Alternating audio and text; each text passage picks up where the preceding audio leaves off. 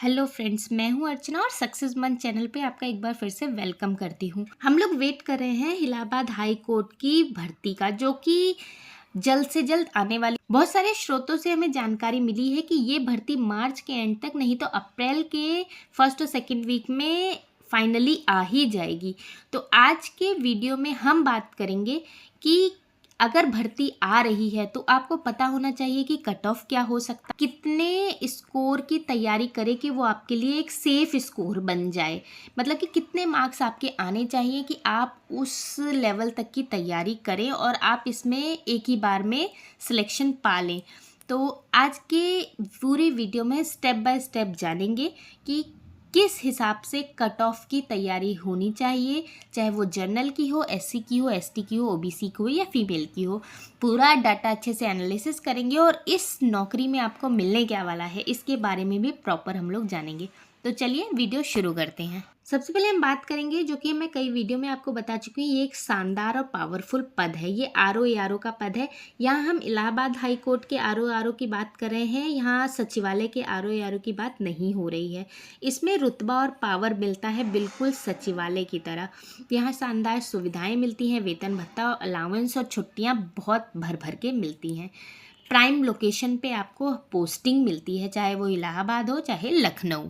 Paper की process की बात करें, वैसे तो आप लोग ये बहुत अच्छे से जानते होंगे आपका बैटल ग्राउंड क्या होता है, बट एक बार फिर से हम लोग यहाँ रिकॉल कर लेते हैं। रिटर्न एग्ज़ाम होगा, यहीं से आपकी कट ऑफ बनेगी, मेरिट बनेगी।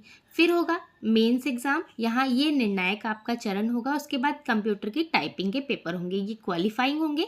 इसके अंक मेरिट में बिल्कुल भी नहीं जुड़ते हैं। अब आपकी सबसे बड़ी चुनौती क्या होगी कि कट ऑफ का बूम 2016, 2019, 2021 के बीच कट ऑफ एक अप्रत्याशित और विशाल उछाल देखा गया है इसमें। अब ये ग्राफ क्या था और हमें क्या समझने की ज़रूरत है कि इस साल हमें कितने और मार्क्स लाने की ज़रूरत है पिछले सालों के मुकाबले में। तो पुराने कट ऑफ के भरोसे रहना आप लोग की सबसे बड़ी भूल होगी। अब हमें नई स्ट्रेटजी, नई तैयारी शुरू करनी पड़ेगी। लास्ट ईयर की कट ऑफ देख लेते हैं। तो 2016 की सबसे पहले मैं बात करूंगी। तो 2016 में जनरल की कट ऑफ गई थी 190.3, ओबीसी की गई थी 183.3, फीमेल की गई थी 178.5 और यहाँ पर हमारे एससी की गई थी 171.5। तो यहाँ आप देख सकते हो कि बहुत ज़्यादा स्कोर नहीं गया था, बट 2016 के बाद 19 और 21 में काफ़ी उछाल देखा गया है। उसके बारे में भी आप समझते हैं। 2019 की बूम की बात करते हैं तो यहाँ जनरल कैटेगरी 212 पे गया था, ओबीसी 207 पे, फीमेल 205 पे चला गया और यहीं आप देख सकते हैं एसटी आपका 200 पे और एससी आपका 198 पे चला गया। एसटी कैटेगरी का कट ऑफ एससी से भी ऊपर था। मतलब कि यहाँ आप कड़ी प्रतिस्पर्धा देख सकते हो कि कहाँ 190 से कहाँ 212 पे डायरेक्टली ये शिफ्ट हुआ है। बहुत बड़ा बूम यहाँ देखा गया है। तो आप सोचो कि अगर यहाँ 4 से 5 साल बाद ये एग्ज़ाम हो रहा है तो कितना बड़ा बूम और देखा जा सकता है।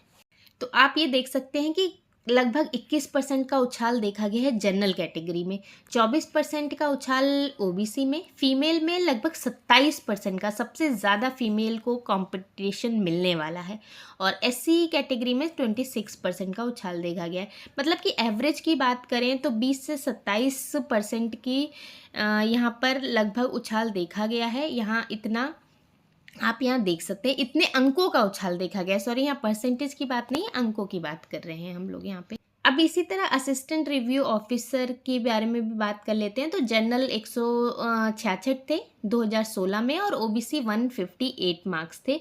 तो हम लोग का फर्स्ट प्रेफरेंस तो आरओ ही रहेगा, लेकिन एआरओ भी मिल जाता है तो वो भी वेल एंड गुड है हमारे लिए। एआरओ में भारी अंतर देखा गया है, प्रतिस्पर्धा यहाँ भी बहुत ज़्यादा देखी गई है। तो अब मैं बात करती हूँ कि आपके लिए लक्ष्य क्या होना चाहिए। तो आपके लिए सुरक्षित लक्ष्य 180 नंबर तो एआरओ के लिए होने ही चाहिए। 180 प्लस ही हो सकते हैं, माइनस बिल्कुल नहीं होने चाहिए।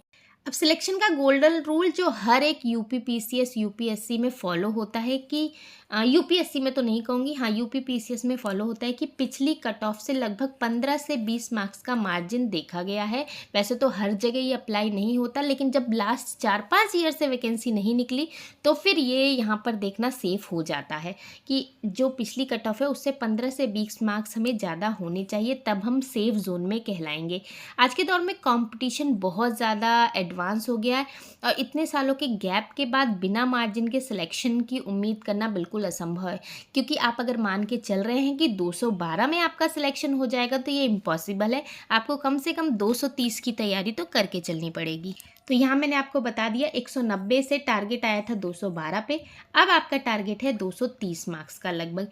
इतना टारगेट लेके चलोगे तभी रेस में आप लोग टिके रहोगे। अपने मॉक टेस्ट में आप इसी जादुई अंक का पीछा कर सकते हो। मॉक टेस्ट अगर आप चाहते हो तो चैनल पे कमेंट करो, मैं मॉक टेस्ट की वीडियो यहाँ पर जल्द ही आपके सामने लेकर आऊँगी। तो आपके लिए आज का मोटिवेशन इतना होना चाहिए कि तैयारी आज से और अभी से शुरू करो। नोटिफिकेशन का वेट बिल्कुल नहीं करना है आपको। नोटिफिकेशन का इंतज़ार आपकी सबसे बड़ी हार हो सकती है, क्योंकि आप अब तैयारी शुरू करोगे, लाखों स्टूडेंट पहले ही तैयारी स्टार्ट कर चुके हैं और आपसे आगे बढ़ चुके हैं, क्योंकि कंपटीशन पहले ही शुरू हो चुका है। अपना सही गाइडेंस चुनें, कहाँ से आपको क्या पढ़ना है और अपनी तैयारी को नई धार दें। तो आज के लिए बस इतना ही। Thank you, thanks for watching Success मंच।